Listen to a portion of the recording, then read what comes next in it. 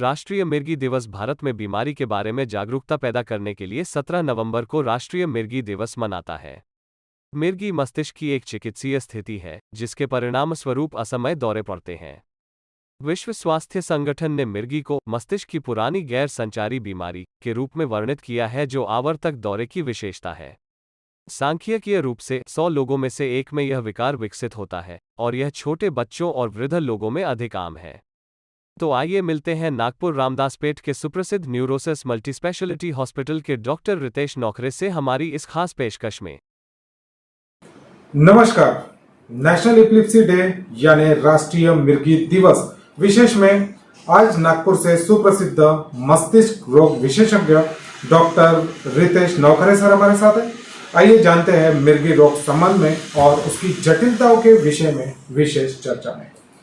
Sir, जैसे कि आज एपिलेप्सी डे है, एपिलेप्सी डे मनाने के पीछे का क्या उद्देश्य होता है और इसको लेकर जो जन जागृति इसमें हम कहाँ तक सफल हो पाए हैं? नमस्कार, मैं डॉक्टर रितेश नौखरे, मैं न्यूरोसर्जन हूँ। नागपुर में लास्ट 3 साल से प्रैक्टिस कर रहा हूँ। एपिलेप्सी डे मनाने का मेन कारण ये है कि जन जागृति जो अपने नॉर्मल पब्लिक होती है, नॉर्मल लोग होते हैं जिनके बीच में एपिलेप्सी होती क्या है, कैसे ट्रीट की जाती है और उसके कारण क्या है, ये सारे इसमें अवेयरनेस बढ़ाने के लिए उसको कैसे प्रिवेंट किया जा सकता है, उस बारे में उस बारे में उनको एजुकेट करने के बारे में, उनको ट्रीटमेंट प्रॉपर मिले, इस बारे में सब चर्चा हो, इसलिए ये एपिलेप्सी डे अपन जनरली मनाते हैं। सर, अगर हम आम भाषा में बात करें आम लोगों के लिए, ये एपिलेप्सी क्या होता है? एपिलेप्सी एक बहुत ब्रॉड टर्म है। झटके आना, मिर्गी आना, ये साधारण भाषा यूज की जाती है एपिलेप्सी के लिए, लेकिन एपिलेप्सी एक बड़ा टर्म है। एक सीजर्स करके एक टर्म होता है हमारी भाषा में, ठीक है। उसमें होता है कि जो कॉमनली झटके आना जैसे जिसको बोलते हैं, ठीक है, स्टेरिंग लुक आना, एक जगह पे देखते रहना, ठीक है, हाथ पैरों में झटके आना, टंग बाइट होना, ये सारी चीजें मिर्गी में अपन कंसिडर करते हैं। एपिलेप्सी अपन उसको बोलते हैं जब 2 या 2 से अधिक बार मिर्गी आती है 1 महीने के अंदर, तब अपन उसको मिर्गी एपिलेप्सी बोलते हैं, ठीक है। सीजर्स आने के जैसे सीजर्स में डिफरेंट अपने सिम्टम्स होते हैं। उसमें एक स्टेरिंग लुक भी हो सकता है जिसमें पेशेंट सिर्फ एक जगह देखते रहेगा, उसको हम लोग ऑब्सेंट सीजर्स बोलते हैं।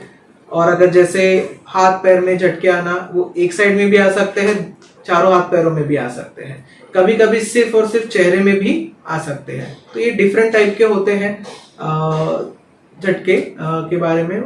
और अगर ये 2 या 2 से अधिक बार आते हैं तो उसको हम लोग एपिलेप्सी बोलते हैं। सर, अगर हम कारणों की बात करें तो एपिलेप्सी होने के पीछे के क्या प्रमुख कारण हो सकते हैं? एपिलेप्सी होने के पीछे 2 कारण मतलब डिवाइड किया जा सकता है कि अपन एक ऑर्गेनिक और एक फंक्शनल कारण ऐसे होते हैं जिसमें अपने को कोई भी रीजन नहीं मिलता है, और ऑर्गेनिक कारण होता है जिसमें ब्रेन में कोई ना कोई समस्या हो सकती है। ब्रेन में डिफरेंट समस्याओं में अपन स्ट्रोक हो सकता है, ब्रेन ट्यूमर्स हो सकते हैं, ब्रेन के इन्फेक्शंस हो सकते हैं, ठीक है। साथ में कभी कभी ब्रेन में कुछ अपने सोडियम पोटेशियम लेवल या फिर शुगर की कमी वगैरह की वजह से भी झटके आने के चांसेस रहते हैं। इन्फेक्शन में अगर अपन देखा जाए तो मोस्ट कॉमन कॉज अपने ट्यूबरकुलोसिस या फिर न्यूरोसिस्टिक सर्कोसिस होते हैं, तो वो कॉमन कारण में आने जाते हैं। दूसरा कारण अपन देखा जाए इडियोपैथिक जिसे कहते हैं, जिसमें अपने को कारण ढूंढना मुश्किल होता है। उसके लिए डीप इन्वेस्टिगेशंस लगते हैं और उसके बाद ही हम लोग उसमें कारण ढूंढ पाते हैं जनरली, लेकिन फिर भी अपन को उनको एक फंक्शनल एपिलेप्सी या फिर फंक्शनल कारण बोल सकते हैं या फिर इडियोपैथिक एपिलेप्सी बोल सकते हैं। अगर हम लक्षणों की बात करें तो एपिलेप्सी पेशेंट में क्या प्रमुख लक्षण नजर आते हैं? एपिलेप्सी पेशेंट्स में अगर हम देखा जाए तो जनरल टर्म्स में सबको यही लगता है कि एपिलेप्सी मतलब हाथ पैर में झटके आने, आंखें ऊपर हो जाना, मुंह से फेस निकलना। तो ये जनरली कॉमन सिम्टम्स है, लेकिन इसके अलावा भी काफी तरीके एपिलेप्सी होती है, उसके हिसाब से उसके सिम्टम्स अलग होते हैं। जैसे एक जगह देखते रहना, कोई भी रिस्पॉन्स नहीं देना, हार्डली वो 1 या 2 मिनट तक स्टेरिंग लुक होता है, वो भी एक एपिलेप्सी का सिम्टम हो सकता है। और उससे लेके बेहोश होने तक ये सारे सिम्टम्स एपिलेप्सी में आते हैं। लेकिन अगर अपन कॉमन सिम्टम्स ले या फिर कॉमनली देखा जाए तो हाथों पैरों में झटके आना, आंखें रोल होके उल्टे हो जाना और टंग बाइट मतलब अपन अपनी जबान कट जाना, ठीक है, उसमें फेस आना, ये सारे कॉमन सिम्टम्स हैं। कभी कभी स्पॉन्टेनियसली या फिर इनवॉलेंटरी कपड़ों में पेशाब होना या फिर लैट्रिन होना, ये सारी चीजें भी दिखाई देती है। सर अगर हम अब डायग्नोसिस संबंध में बात करें तो एपिलेप्सी का निदान कैसे हो पाता है? डायग्नोस्टिक के लिए अपने पास इन्वेस्टिगेशन सबसे पहले अपन देखते हैं, तो सबसे पहले तो सबसे इम्पोर्टेंट होता है क्लिनिकल एग्जामिनेशन। क्लिनिकल एग्जामिनेशन में कहाँ से अराइज हो रही है, मतलब ब्रेन के किस जगह में प्रॉब्लम है, ये पता करने के लिए हम लोग क्लिनिकल डायग्नोसिस बनाते हैं। तो उसमें हम लोग लक्षण कैसे आ रहे हैं, उसके संबंधित और कोई प्रॉब्लम तो नहीं है, और कोई रोग तो नहीं है, ये सारी जानकारी इकट्ठा करते हैं। उसके हिसाब से एक प्रोविजनल डायग्नोसिस हम बनाते हैं कि हाँ इस जगह से अराइज हो सकती है। उसके बाद हम उसको कंफर्मेशन करने के लिए एक एमआरआई स्कैन और एक ईईजी स्कैन करते हैं। ईईजी होता है इलेक्ट्रोएन्केफेलोग्राफी, जिसमें अपने को अपने ब्रेन के वेव्स डिफरेंट पार्ट से अपन कलेक्ट करते हैं और कौन से अबनॉर्मल वेव्स आ रहे हैं और किस जगह से आ रहे हैं ये अपने को पता चलता है। एमआरआई या फिर सीटी स्कैन या फिर कोई भी प्रकार की इमेजिंग अपन जो करते हैं तो उसमें अपने को दिखता है कि किस जगह पे एग्जैक्टली कोई प्रॉब्लम है, जैसे कुछ जगह पे इन्फेक्शन है, किस जगह पे ट्यूमर है, किस जगह पे अगर ग्रैनुलोमा है या कैल्सिफिकेशन है कुछ, या फिर स्ट्रोक आया है, ब्लीड हुआ है, तो ये डिफरेंट टाइप के अपने को जो ऑर्गेनिक कॉजेस है वो एमआरआई में क्लियरली पता चलते हैं। रहा इडियोपैथिक इसका सवाल, जिसमें अपने को कारण ढूंढना मुश्किल है, तो कभी कभी एमआरआई में हमको चेंजेस मिलते हैं जिसको अपन मीडियल या फिर मेजियल टेम्पोरल एपिलेप्सी बोलते हैं। तो मेजियल टेम्पोरल स्क्लेरोसिस अपने को वहां पे मिलता है और उसमें ईईजी में चेंजेस मिलते हैं। डिफरेंट है एडल्ट्स में जो एपिलेप्सी होती है और बच्चों की जो एपिलेप्सी होती है, उसमें कारण डिफरेंट अपने को मिलते हैं और वो अपने को डिफरेंट इन्वेस्टिगेशंस के थ्रू प्रूव करने होते हैं। सर अगर हम उपचार संबंध में बात करें तो किस प्रकार का उपचार एपिलेप्सी पर उपलब्ध है? उपचार संबंधी में बात करने के पहले मैं प्रिवेंशन पे जाऊंगा। तो prevention is very important. Epilepsy का prevention as such is not possible, अगर लेकिन जो कारण है उसको अपन रोक सकते हैं तो अपन उसको वो एपिलेप्सी रोक सकते हैं। जैसे प्रॉपर डाइट लेना, प्रॉपर इन्फेक्शन वगैरह ना हो इसलिए हाथ धोना। न्यूरोसिस्टिक सर्कोसिस काफी रैम्पेंट है हमारे स्टेट में या फिर हमारे आसपास के एरिया में, तो उसको अपन रोकने के लिए सिंपली एक अच्छे से खाना खाने के पहले हैंड वॉश करना, इतना भी करते हैं तो भी अपन उसको प्रिवेंट कर सकते हैं।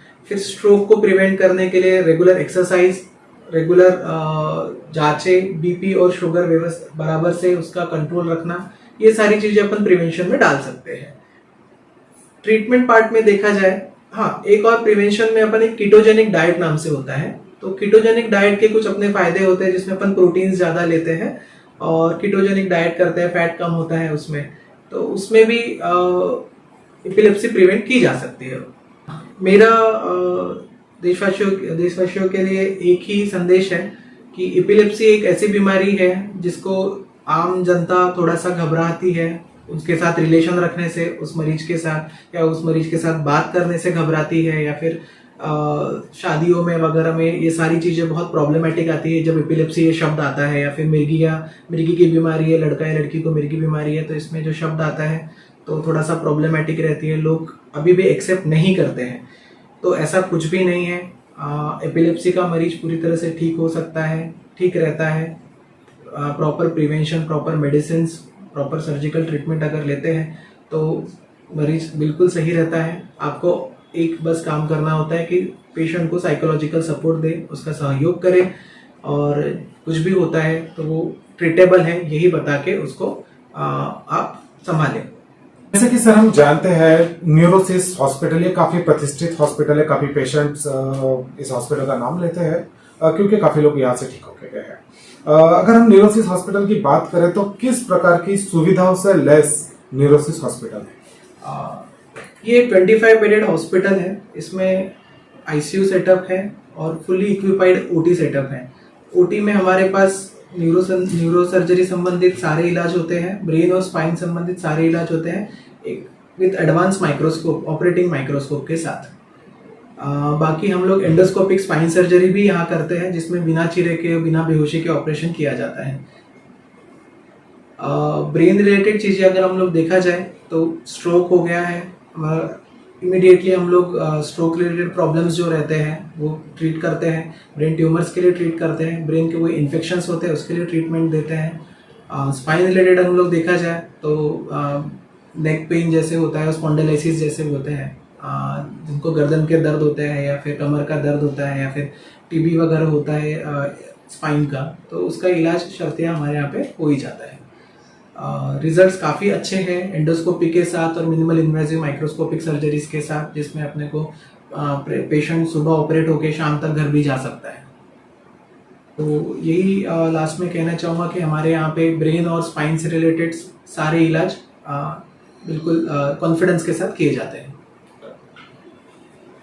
जो देशवासी अभी आपको देख रहे हैं, मस्तिष्क से रिलेटेड किसी भी समस्या से ग्रसित है या फिर स्पाइन से रिलेटेड किसी भी समस्या से ग्रसित है और आपसे परामर्श लेना चाहते हैं, तो किस प्रकार वो आपसे संपर्क कर सकते हैं? आप डायरेक्टली नीचे दिए गए नंबर्स पे संपर्क करके अपॉइंटमेंट ले सकते हैं। ये हॉस्पिटल रामदास पेट में HDFC बैंक के अपोजिट साइड में जैन मंदिर के पास में स्थित है। आप किसी भी समय डायरेक्टली रजिस्ट्रेशन भी कर सकते हैं। लास्ट में यही कहना चाहूँगा सभी देशवासियों को नेशनल एपिलेप्सी डे की शुभकामनाएं। स्वस्थ रहे, सुरक्षित रहे।